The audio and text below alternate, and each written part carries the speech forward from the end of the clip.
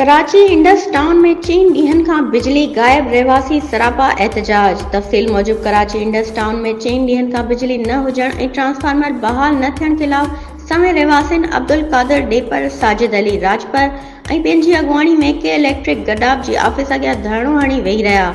इंतज़ामिया ख़िलाफ़ सख़्त नारेबाज़ी कई वई। उन मौक़े ते मुज़ाहिरीन चयो त के इलेक्ट्रिक इंतज़ामिया जी नाअहली सबबि मुसलसल 4 ॾींहनि खां असांजो सड़ियल ट्रांसफार्मर बहाल नाहे थी सघियो।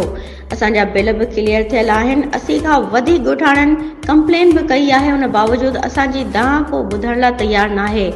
हिन कहर जहिड़ी गर्मी में असांजा बछड़ा सख़्त परेशान आहिनि। घरनि में पीअण जो पाणी कोन्हे। सहरी ऐं इफ़्तारी में असां सख़्त ॾुखियाईनि खे मुंहुं ॾेई रहिया आहियूं। हुननि चेतावनी ॾींदे चयो त ॻोठ जी बिजली बहाल न थी त हू नादरन बाईपास खे ट्रैफ़िक लाइ बंदि करे छॾींदा।